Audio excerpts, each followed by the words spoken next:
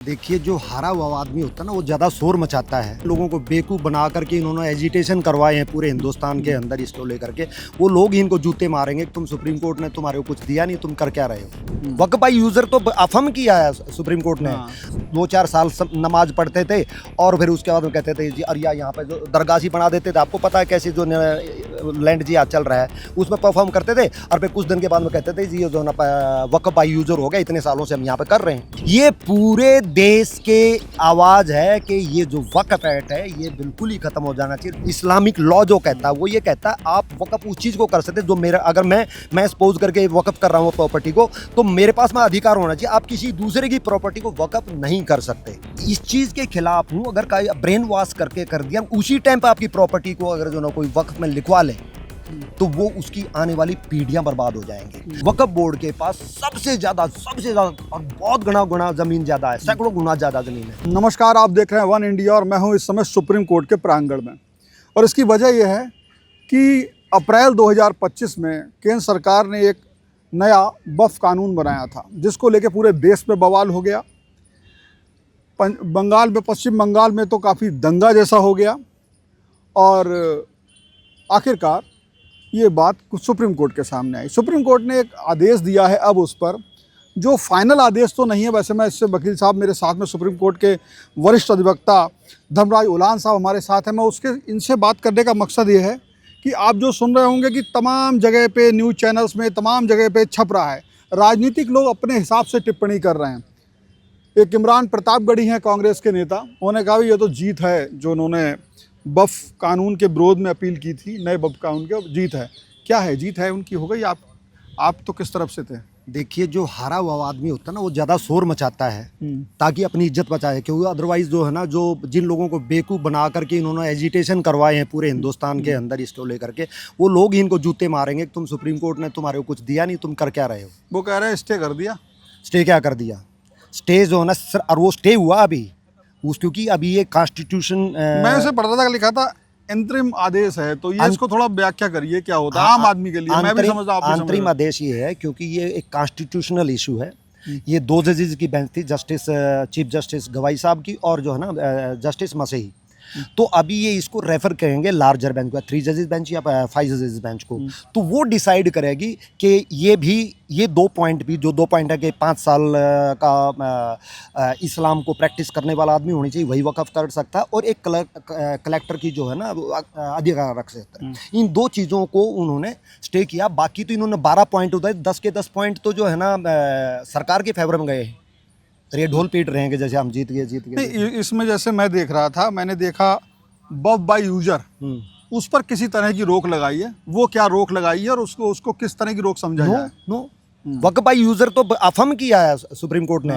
सबसे बड़ा इशू ही ये था, ये क्या करते थे, एक पब्लिक प्लेस के अंदर या फिर सरकार की जगह के ऊपर 2-4 साल नमाज पढ़ते थे और फिर उसके बाद में कहते थे जी अरे यहाँ पे जो दरगाह बना देते थे। आपको पता है कैसे जो लैंड जी आज चल रहा है उसमें परफॉर्म करते थे और फिर कुछ दिन के बाद में कहते थे जी जो ना वक्फ बाई यूजर हो गया, इतने सालों से हम यहाँ पे कर रहे हैं। लोग इस बात को मतलब अभिज्ञ थे।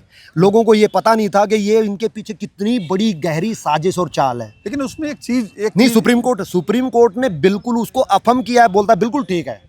मैं एक चीज ये देख रहा था कि जब बात आएगी, कोई विवाद आएगा, मैं मोटी मोटी भाषा में कहता हूँ कि जब कोई विवाद आएगा कि ये जमीन वक्फ है नहीं है, तो उसमें कलेक्टर को पावर दी गई थी नए कानून में, ऐसा मैंने पढ़ा था और उसमें लिखा था। तो अब ये कह रहे हैं कि वो पावर जो इसके कह रहे हैं कि हमारी जीत हुई, वो कह रहे हैं वो पावर अब कलेक्टर नहीं। मैं उसे पढ़ रहा था तो उसमें कुछ इस तरह से लिखा था कि पहले जब कलेक्टर इसको करेगा तो उसे पहले से वक्फ प्रॉपर्टी नहीं माना जाएगा। अब जो आदेश है उसमें इंटरिम आदेश दिया गया है कि वो जब तक निर्णय नहीं होता तब तक उसे वक्फ प्रॉपर्टी माना जाएगा। इसको क्या मुझे समझाइए, मैं गलत हूँ सही हूँ? नहीं, आप इसमें थोड़ा सा नहीं, मुझे मैं गलत भी हूं तो हाँ। क्लियर नहीं है, क्योंकि सुप्रीम इसमें गवर्नमेंट प्रॉपर्टी से रिलेटेड है वो। हाँ। उसने कहा है कि कलेक्टर ये बात जो है सरकारी प्रॉपर्टी है। हाँ, सरकारी अच्छा, प्रॉपर्टी। मैंने सबके लिए बोल ना दिया। सरकारी प्रॉपर्टी से रिलेटेड है। सरकारी प्रॉपर्टी से पहले क्या होता था कि सरकारी प्रॉपर्टी में इमीडिएटली जो है ना, जो डीएम कलेक्टर जो था ना, वो इमीडिएटली उसको डिक्लेयर कर देता था कि ये वक्फ प्रॉपर्टी नहीं है। अभी जो है ना वो ये नए वाले कानून वो उसकी हाँ इंक्वायरी करेगा। उसकी थोड़ी सी पावर अब भी करटेल की है टाइम बिंग के लिए, लेकिन वो भी बिल्कुल सेट असाइड नहीं किया गया। ये जो है ना, जो भी लार्जर बेंच अभी कॉन्स्टिट्यूट होगी वो डिसाइड करेगी कि इसको किस तरफ देखा जाए। इसको वो एक चीज मैं पढ़ रहा था, इसमें लिखा था भू स्वामित्व का निर्धारण करने का अधिकार राजस्व अधिकारी को देना, ये ठीक नहीं है। सुप्रीम कोर्ट ने एक टिप्पणी करी है, ये जो है सेपरेशन ऑफ पावर्स। नो, ऐसा नहीं कहा है उसने। अभी जो है उसने अभी ये नहीं बोला, उसने सिर्फ अभी उसको सस्पेंड किया, टाइमिंग के लिए स्टे किया है इस 2 क्लॉजेज को, और वो लेफ्ट ओपन, ये क्वेश्चन ऑफ लॉ है, ये ओपन रखा है लार्जर बेंच को डिसाइड करने के। मैं इसमें एक एक करके चलता हूँ। सबसे पहले आता हूँ कलेक्टर वाली बात पे, इसको हम क्लियर कर लेते हैं कि जो नया कानून है उसमें कलेक्टर को जो निश्चय मतलब ये घोषित करने के लिए या निर्णय देने की पावर दी गई थी, अब वो कहाँ पर खड़ी है? अभी वहाँ पे बिल्कुल ऑलमोस्ट वहीं पे खड़ी हुई है, क्योंकि पहले क्या होता था कि जो ना उसमें जो इंटरिम स्टे वो किस बात पे है? वो इंटरिम स्टे है उसकी जो ना कलेक्टर की पावर्स जो है ना, अभी वो कलेक्टर डायरेक्टली नहीं कर सकता। हाँ। अभी इन्वेस्टिगेट करेगा, उसके बाद में करेगा। हाँ। जब इसमें अभी ये, क्योंकि सुप्रीम कोर्ट ने क्लियर कट कह दिया कि अभी ये वक्फ बाय यूजर्स नहीं चलेगा। हाँ। अब वक्फ बाय टाइटल चलेगा। हाँ। ठीक है, तो वक्फ बाय टाइटल का मतलब आपको, अगर आप ये आकर कहते हो, इसने कलेक्टर ने कह दिया कि भी जो ना ये सरकारी ज़मीन है और जो है ना ये वक्फ नहीं हो सकती, तो वो आकर के कहेंगे कि जी हमारे पास में ये टाइटल है, तो उसको सब्जेक्टिव स्क्रूटनी, मतलब उनकी जिस नाम से वो कह रहे होंगे, हाँ उनकी रजिस्ट्रियां वगैरह, मान लो ऑनरशिप होना चाहिए है, कुछ ऐसा है। हाँ, तो उस प्रॉपर्टी के ऊपर उसकी ऑनरशिप का टाइटल डॉक्यूमेंट होना चाहिए। अगर तो है तो वो उसकी चली जाएगी। अगर सरकारी जमीन है, चाहे वो फिर ये भी क्लियर कर दिया है उसके ऊपर लिमिटेशन एक्ट लागू नहीं होगा। जो लिमिटेशन एक्ट की बात आ रही थी, वो वाला क्लियर हो गया। मैं उसमें थोड़ा अभी भी कंफ्यूज हूँ। वो क्लियर कर दिया है सुप्रीम कोर्ट ने, और जो एक्ट में था, एक्ट ने सुप्रीम कोर्ट ने उसको अफर्म कर दिया है। अगर कोई 500 साल से भी अगर कोई उसके अंदर बैठा हुआ है, किसी जमीन के कोई मजार बना दी, कोई मस्जिद बना दिया, कुछ और बना दिया, और उनके पास में टाइटल डॉक्यूमेंट नहीं है, तो वो जो है ना वक़्फ़ नहीं होगी। दैट इज, अगर गवर्नमेंट प्रॉपर्टी में, सरकारी जमीन में हुआ है, तो that has to be remove. वो उसको बुलडोज कर दिया जाए, उसको हटा दिया जाए। अच्छा, सुप्रीम कोर्ट ने एक चीज देखा कि लिमिटेशन जो एक्ट है जो है वो लागू नहीं, वो पहले था, पहले वाले कानून में था, पहले में हटा दिया गया। पहले जो कांग्रेस ने बनाया था उसमें तो भैया ना अपील थी ना दलील थी, उसे वो उसको तो एक तरीके से सरकार की बात मान ली गई यहाँ पर, ऐसा है ना? हाँ बिल्कुल, सरकार की नहीं मानती, पूरे देश की मानती। सरकार ने जो कानून बनाया उस कानून को एज इट इज रहने दिया, और पूरा देश मैं ऐसे बोल रहा हूँ, अप्रैल 2025 में जो कानून में लिमिटेशन एक्ट को हटाया गया था पुराने कानून से, अब वो लिमिटेशन एक्ट हट गया, उसकी बात नहीं मानी ना। आज याचिका करता हूँ मैं इस बारे में। आपने जो एक वर्ड कहा उसके लिए मैं बिल्कुल जो है ना वाकिफ नहीं रखता हूँ, कि सहमत नहीं हूँ आपकी बात से। क्योंकि ये आपने कहा कि सरकार नहीं, एक मिनट सुनने की कोशिश करना, ये पूरे देश के आवाज़ है कि ये जो वक्फ एक्ट है ये बिल्कुल ही खत्म हो जाना चाहिए। जो सरकार ने जो अमेंडमेंट लेकर आई हैं वो लागू होने, कारण बताता हूं। लिमिटेशन एक्ट था क्या, पहले तो ये बताइए। लिमिटेशन एक्ट में ये दर्शक समझ रहे थे, मैं समझ रहा हूँ। लिमिटेशन एक्ट में पहले ये था, लिमिटेशन एक्ट लागू उसमें था। अब भाई इतने सालों तक, जो 12 साल का पहले था ना, कि उसके अंदर उससे पहले पुराना अगर कोई उस पर मजार या मस्जिद या कुछ बैठी हुई या मदरसा बना हुआ है, तो उसको आप खाली नहीं कर सकते हो। लेकिन इस नए एक्ट ने, और उसको सुप्रीम कोर्ट ने मोहर मार दी है कि चाहे आप 500 साल 1000 साल से उसके ऊपर बैठे हुए हो, अगर आपका टाइटल डॉक्यूमेंट नहीं है तो वो उसके ऊपर से आपको हटना ही होगा। और ये मुस्लिमों को समझना चाहिए, ये पूरा इस्लाम के तहत है। सुप्रीम कोर्ट ने स्पेसिफिकली उसमें लिखा है, क्योंकि जो वक़्फ़ जो है ना, जिस प्रॉपर्टी को आप कर सकते, जो इस्लाम के एक्ट कहते हैं, इस्लामिक लॉ जो कहता है, वो ये कहता है आप वक़्फ़ उस चीज़ को कर सकते हैं जो मेरा, अगर मैं सपोज करके वक़्फ़ कर रहा हूँ प्रॉपर्टी को, तो मेरे पास में अधिकार होना चाहिए। आप किसी दूसरे की प्रॉपर्टी को वक़्फ़ नहीं कर सकते। तो ये तो उसकी बिल्कुल लाइन में जो इस्लामिक लॉ के तहत है। तो ये जो प्रतापगढ़ी वगैरह ये तो अपनी रोटी सेकने के चक्कर में लगे हुए हैं। हाँ। बाकी साहब एक मैं यहाँ देख रहा हूँ, मैं पढ़ पा रहा हूँ, इसमें लिमिटेशन एक्ट जो था उसकी एक स्थिति ये है, जो पुराना कानून था जो 1950 का, उसमें लिखा है कि विशेष रूप से लिखा था कि लिमिटेशन एक्ट लागू नहीं होगा, यानी कि वक्फ को समय सीमा की पाबंदी नहीं होगी, ताकि संपत्तियों को कब्जे जैसी समस्याओं के खिलाफ लंबी अवधि तक, मतलब जैसे कि अगर हमें अतिक्रमण कर लिया किसी ने वक्फ की संपत्ति, हम ऐसा कह रहे हैं और हम ये बात 50 साल बाद कह रहे हैं, तब भी वो हम कार्रवाई कर सकते हैं उस एक्ट के अनुसार। अब जो नया कानून है उसमें ये छूट दे दी गई कि आप कोई निश्चित अवधि तक ही आप दावा कर सकते हैं, मतलब ये वक्फ वाले, मतलब उनकी वो आप बिल्कुल उल्टा कर रहे हैं। इसमें ये है जो वक्फ वाला यूजर जो था ना, उस पे लिमिटेशन एक्ट का है। उन्होंने कहा भी इतने सालों से हम इस पे ये कर रहे हैं, नमाज पढ़ रहे हैं या मदरसा हमारा है, तो आप इसको डिमोलिश नहीं कर सकते, इसको खाली नहीं करवा सकते। ये नए एक्ट ने कह दिया चाहे कितना भी पुरानी आपकी उसको ऑक्यूपेंसी हो, आप उस पर कब्जाधारी हो, आपको अगर आपके टाइटल डॉक्यूमेंट उस प्रॉपर्टी के नहीं है तो वो आपको खाली करना होगा और सरकार वापस ले लेगी। अच्छा, आपने काफी विस्तार से मुझे बताया था प्रैक्टिस ऑफ इस्लाम पे, आपने काफी मुझे बातें कही थी, मैं सहमत भी हुआ था कि मुझे लगा था कि कई बार विचारधारा बदल जाती है, तो 5 साल का उसमें था, तो इस पर तो रोक लगा दी ना सुप्रीम कोर्ट ने कि जो इस पर अभी मतलब तत्कालिक मतलब ये कहना चाहिए अंतरिम रोक लगा दी कि इसका पहले इसका निर्धारण हो कि प्रैक्टिस ऑफ इस्लाम कैसे माना जाएगा। इसमें मेरे हिसाब से, to my understanding, I criticise the supreme court's this observation on this point and this stay strictly I have the objection, I strictly criticize it and I have the reason, I have the reason। मैं कभी भी किसी चीज को ऐसे criticise नहीं करता, जब मैं कुछ बोलता हूँ, नकारता हूँ किसी चीज को, तो उसका जस्टिफाई करता हूँ। कितने केसेस हैं जिसके अंदर क्या होता है ना, लोगों का ब्रेन वॉश कर लिया जाता है, सपोज करके आज कोई भी मुल्ला मौलवी जो है ना मेरे को ब्रेन वॉश करके मैं इस्लाम में कन्वर्ट हो गया, और जब आदमी ब्रेन वॉश होता है तो सपोज करके मेरी जो है ना 20 एकड़ ज़मीन है, खेती की है, और मैं इतना ब्रेन वॉश हूँ इस मूवमेंट के अंदर, मेरा दिमाग खोपड़ी कहता है ना, सबसे पहले मती मरती जवाब का होता है, तो कोई मान लिया ऐसा एपिसोड हो जाएगा, मैंने भाड़ में जाओ, तुम जो है ना हिंदू, सिख और बौद्ध और जैन, मैं मुस्लिम में कन्वर्ट हो रहा हूँ, और उस कंडीशन, उस गुस्से में अपनी ज़मीन को जो है ना पूरी की पूरी को वक़फ़ कर देता हूँ। एंड इस्लामिक लॉ ये कहता है वंस वक़फ़ इज फॉर एवर वक़फ़, आप उसको रिस्टोर बैक नहीं कर सकते। और तो मेरे तो अगले वाले पूरी खानदान, अगले आने वाली पीढ़ियों का सत्यानाश मार दिया मैंने, सिर्फ मेरी एक इमोशंस ने। तो इसके अंदर चेक एंड बैलेंस दिया जो है ना, पार्लियामेंट ने जो कानून, सरकार ने जो कानून बनाया था, उसमें चेक एंड बैलेंस किया है कि भी अगर आप इस नीयत से हो, अगर आपकी नीयत साफ है, अगर आप ब्रेन वॉश्ड नहीं हो, अगर आप देखो, हर आदमी का कॉन्स्टिट्यूशनल राइट है वो कौन सा अधिकार, कौन सा धर्म अडॉप्ट करे ना करे, उसके लिए मैं नहीं बोलूँगा, वो पूरा अधिकार है, रेस्पेक्ट दैट। लेकिन मैं इस चीज़ के खिलाफ हूँ, अगर का ब्रेन वॉश करके कर दिया, उसी टाइम पर आपकी प्रॉपर्टी को अगर जो ना कोई वक्फ में लिखवा ले, तो वो उसकी आने वाली पीढ़ियां बर्बाद हो जाएंगी। तो चेक, जैसे मैं बताऊंगा, हर कानून में जितने भी आज तक के कानून हुए हैं उसमें चेक एंड बैलेंस रखा गया। जैसे हिंदू मैरिज एक्ट है, उसमें जो है ना शादी आज मान ले सपोज करो होगी, तो 1 साल तक आप डिवोर्स पिटीशन नहीं डाल सकते।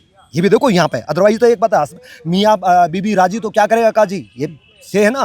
तो अगर हस्बैंड वाइफ चाहते हैं कि जी हमें साथ में, हमने देख लिया एक ही दिन के अंदर we can not live together, हम साथ नहीं रह सकते, तो हम डिवोर्स लेंगे, लेकिन कानून का नहीं, ये तुमने आउट ऑफ मतलब जो ना एंगर में या मिसअंडरस्टैंडिंग एक दूसरे की ना समझ पाए होगे, इस कारण से आपने डिसीजन लिया।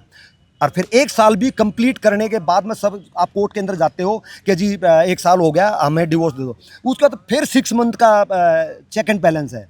उन्होंने कहा नहीं, आप फर्स्ट मोशन आपका, एक मिनट सुन लो, बहुत जरूरी है ये, बहुत जरूरी है कि वो कहता है ठीक है, दोनों की स्टेटमेंट रिकॉर्ड कर दीजिए, हम एक दूसरे के साथ नहीं करते। फिर कोर्ट कहती है कि आप जाइए, 6 महीने की बाद की डेट देती है, वो लॉ में है, 6 महीने से पहले सेकंड मोशन पास नहीं होता, वो किसी दे जाता है, कूलिंग पीरियड बोलते हैं उसको, ताकि एक बार फिर सोच लो, समझ लो, बुढ़ियों का खेल नहीं। शब्द भी बहुत अच्छा है कि जो गुस्सा है वो कूल ठंडा हो जाए, हाँ, और फिर शांत दिमाग का निर्णय माना जाए, कूलिंग पीरियड है। तो उसमें फिर 6 मंथ का टाइम है, तो वही आप कह रहे हो, तो 5 साल का था। मैं यही का, अच्छा, कई बार राम रहीम के यहाँ पे बहुत सारे लोग, बहुत सारे हमारे भादुगढ़ के अंदर एक इंसिडेंस है, उसने 25-30 एकड़ की तो बहुत जमीन थी उस बंदे ने। राम रहीम को राम रहीम का चेला बन गया और उसने उसको आश्रम के नाम कर, आश्रम के नाम से कई लोगों ने आउटरीच में। उसके बाद उसके बच्चे जो है ना, बच्चों को फीस नहीं है, बेटियों को तो जो है वहां ना, से तो वापस शादियों मिल में सकती है, नहीं मिल सकती ना। तो रजिस्ट्री कर दी, रजिस्ट्री करवा ली भाई उसने, डोनेशन नहीं करवाई। डोनेशन वो चैलेंज करते, रजिस्ट्री करवा ली, पेमेंट रिसीव दिखा दी। हाँ, और यहाँ तो वो हो जाएगा। अच्छा, इसीलिए आप कह रहे हो, लेकिन इस पर इसलिए चेक एंड बैलेंस जरूरी है कि out of emotion, out of anger, out of किसी तरह के सर वो बात मैं समझ गया बना दिया,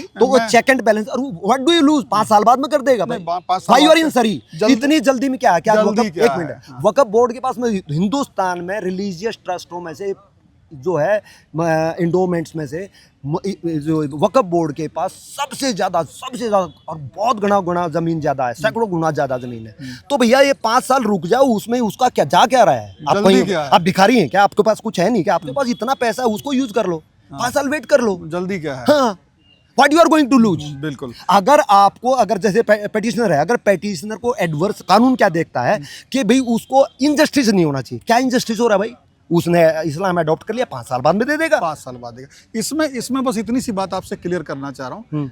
इसको सुप्रीम कोर्ट ने, जो मैं पढ़ रहा था, वो ये कहा है कि इसका डिसाइड अभी सरकार करेंगे किसको जो है प्रैक्टिस ऑफ इस्लाम की परिभाषा क्लियर करें। ये इस तब तक के लिए रोक लगाई है। बिल्कुल, इसमें सुप्रीम, मतलब अभी इस पे रोक लग गई है। इसको सरकार को भी बोला गया है कि इसको थोड़ा और एलोबरेट स्टे का मतलब तो दोनों पार्टियों के लिए है ना ये, तो फिर ऑफ कोर्स स्टे मतलब स्टे फॉर एवरीवन। मतलब अगर किसी ने, अगर आज इस्लाम, मैंने आज इस्लाम धारण कर लिया, और कल मैं कहूँ कि मैंने जो है ये अपनी 2 एकड़ जमीन या 1 एकड़ जमीन या 10 जो भी चीज इस्लाम को दे दी, तो अभी मैं वो नहीं कर पाऊंगा, ये स्टे की वजह से। बिल्कुल ऐसे ही है ना? नहीं, ऐसे अब भी उस क्लॉज के ऊपर जो है ना, या उस क्लॉज कर सकता हूं मैं। हाँ, कर सकता। हाँ, लेकिन एक चीज को क्लैरिफाई कर दिया कि नॉन मुस्लिम नहीं कर सकता। पहले नॉन मुस्लिम भी कर सकता था। नहीं, तो मुस्लिम तो कर ही सकता, उसमें तो नहीं, इस्लाम की प्रैक्टिस वाला इशू ही नहीं है। वही तो कह रहा हूँ, पिछला जो 1950 वाला कानून था, उसके अंदर नॉन मुस्लिम भी कर सकता था। बहुत फ्रॉड था भाई। नॉन मुस्लिम की बात कर रहा हूँ मैं, ऐसे बोल रहा हूँ। हाँ, नॉन मुस्लिम का तो क्लियर कट सुप्रीम कोर्ट ने काटा मार दिया है कि आप नहीं कर सकते। सर एक चीज अभी क्या था वो पता नहीं, पीछे क्या था। अप्रैल में जो कानून था उसमें कहा गया कि मिस्टर एक्स, मान लीजिए मैं इस्लाम को आज कबूल करता हूं और कल मैं उसे 2 एकड़ जमीन दे देता हूं। अब वो वक्फ की हो जाएगी तो मुझे वापस नहीं मिलेगी। बिल्कुल। और वो 5 साल तक के लिए था, 5 साल से पहले मैं नहीं दे सकता था, ये काम मैं नहीं कर सकता था। अब सुप्रीम कोर्ट ने जो कल आदेश दिया है उसमें इस पर उन्होंने एक इंटरिम स्टे लगाया है। बिल्कुल। और उस स्टे में कहा है कि इसकी परिभाषा क्रिया करें, तब तक इस पर कोई आगे कार्रवाई नहीं होगी।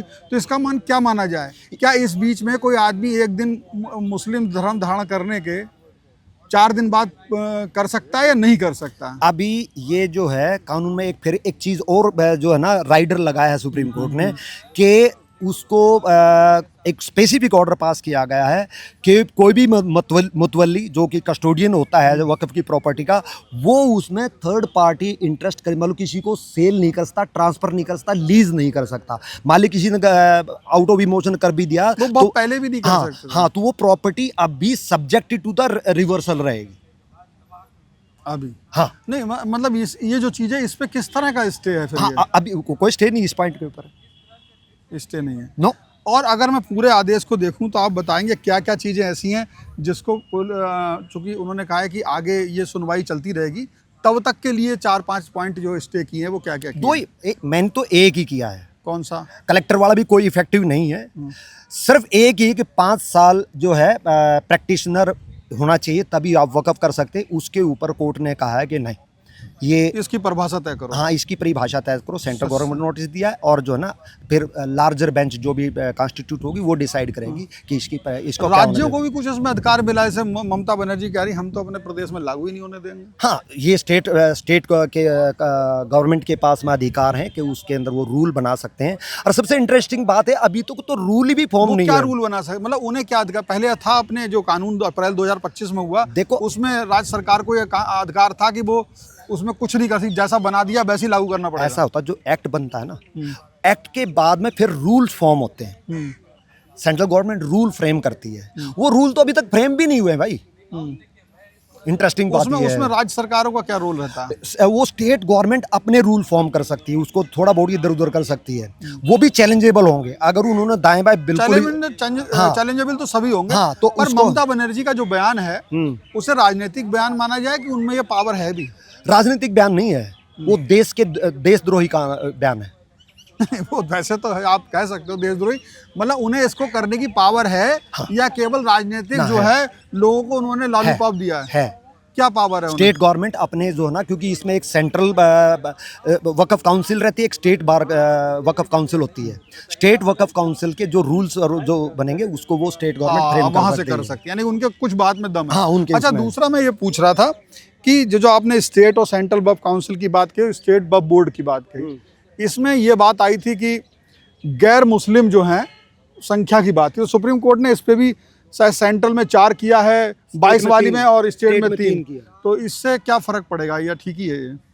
इससे वो भी टेम्परेरी है, और 4 बहुत हैं, 4 बहुत ये हैं। भी मतलब इंतरिम आदेश का हिस्सा है? हाँ, इंतरिम आदेश का हिस्सा है, उसको थोड़ा रिस्ट्रिक्ट किया है, कोई बिल्कुल खारिज नहीं किया गया, और वो भी फाइनल नहीं है, वो भी सिर्फ टेम्परेरी है, जब तक कि कॉन्स्टिट्यूशन बेंच उसको डिसाइड ना, लार्जर बेंच उसको डिसाइड ना। तो इस आदेश को हम क्या देखें कि मैं इसको ऐसे देखूं सर कि जिस बातों पे बड़ा विवाद था, मोटा मोटा नंबर 1 विवाद था कि कलेक्टर को ज़्यादा पावर दे देने का, कोई फर्क नहीं पड़ा, ठीक है, उसमें कोई फर्क नहीं पड़ा, कोई फर्क नहीं पड़ा। नहीं, उसमें उसे रोका है, लेकिन उसका थोड़ा तरीका बदला है। तरीका बदलने कुछ नहीं, कान को ऐसे पकड़ो या ऐसे पकड़ो। दूसरा, इस्लाम की प्रैक्टिस जो 5 साल की थी उसकी परिभाषा तय करने को कहा है, जब तक कि अब ये इंतरिम आदेश इस पे है। तीसरा, गैर इस्लामिक लोगों का सेंट्रल वक्फ बोर्ड, और उसमें 4 और 3 संख्या निर्धारित कर दी गई, वो भी टेम्परेरी, ठीक है। और चौथा जो मैंने इसमें देखा, एक चीज़, ये वक्फ बोर्ड जो वक्फ के जो प्रॉपर्टी के हकदार है उनके लिए समस्या, मतलब वो इसे समस्या मानेंगे, मुझे ऐसा लगता है। उसमें कहा गया कि पहले ये लोग अपनी प्रॉपर्टी में आज अचानक आगे कह सकते हैं कि ये ज़मीन हमारी है और ये दूसरे ने कब्जा कर रखी है, तो उसमें जो लिमिटेशन एक्ट है उसी का एक हिस्सा उसने बताया कि अब ये ऐसा नहीं कह सकते हैं। वो नहीं कहते, वो उसका एक समय निर्धारित होगा कि आपको अगर कहीं आपकी ज़मीन पर अतिक्रमण हुआ है, ये वक्फ वालों के लिए बोल रहा हूँ, सरकार वाली बात पे नहीं बोल रहा हूँ, मेरी वक्फ की प्रॉपर्टी है, मैं अगर ये आज मैं कहूँ कि मेरे साथ 50 साल पहले कर लिया, ये इस एक्ट का प्रोविजन वो अधिकार में नहीं है, ये अधिकार खत्म हो गया ना, ये इसमें है ही नहीं, स्कोप में ही नहीं है इस एक्ट के में। हाँ। वक्फ की अगर किसी ने कब्जा कर ली, वो इस आर्गुमेंट का पार्ट ही नहीं है। उसका क्या होगा फिर? उसका ये एक्ट में हमें इस एक्ट पे डिस्कस करना, वो उससे बाहर नहीं करना है। नहीं, तो इसका भी तो कोई इलाज होगा? नहीं, उसका सेपरेट प्रोसीडिंग्स है, वो नॉर्मल जो सिविल, लाखों केस चल रहे हैं डिस्ट्रिक्ट कोर्ट में, उनमें ट्राइब्यूनल। अच्छा, उसका इससे कोई उसमें सुप्रीम कोर्ट ने कह दिया कि जो ट्राइब्यूनल में जो केस चल रहे हैं वो चलते रहेंगे, जो फ्रेश केस आएंगे वो उसके पास में, कलेक्टर के पास आएंगे, जो फ्रेश केस उसके पास आएंगे। तो ये इस चीज़ को मैं ऐसे समझता हूँ। तो अभी जो है उसका मोटा मोटा इस आदेश के भी बहुत ज़्यादा प्रभावी नहीं है, लेकिन सुप्रीम कोर्ट ने किया ये है कि जो चीज़ें ज़्यादा तर्क का विषय थी या कहीं विवाद का विषय थी या पक्ष और विपक्ष के बीच मुद्दा बहुत ज़्यादा बन रही थी, उनको उन्होंने एक उस पर इंतरिम आदेश लगा दिया। इंतरिम आदेश का मतलब ये है उतने समय का स्टे दे दिया है कि जब तक कि फाइनल आदेश ना आ जाए, और बाकी चीज़ें वैसे ही लागू करी हैं। इसमें जो मुख्य बातें थी वो यही थी कि वक्फ बाय यूजर, उसको तो उस पर जैसा वकील साहब ने बताया वो किया है, और कलेक्टर की पावर को थोड़ा सा रोका है, उस पर स्टे, वो भी तब तक जब तक अंतिम आदेश नहीं आता। ये सारी चीज़ें हैं। आपको जो वकील साहब ने जो इसका बारे में एक पूरा सा विवरण दिया है, कैसा लगा आप कमेंट में बताइए। कहीं आपको लगता है कि कोई और सवाल भी है जो पूछना चाहिए, तो आगे हम ऐसे सीनियर एडवोकेट से पूछते रहेंगे। आप कमेंट में कह सकते हैं कि ये सवाल भी आपको पूछना चाहिए था। मुझे जितनी नॉलेज थी या जितनी मेरी समझ थी, मैंने उतना पूछने की कोशिश की है और वही बताने की कोशिश की है। फिलहाल इस वीडियो में इतना ही। बहुत बहुत धन्यवाद। Subscribe to One India and never miss an update. Download the One India app now.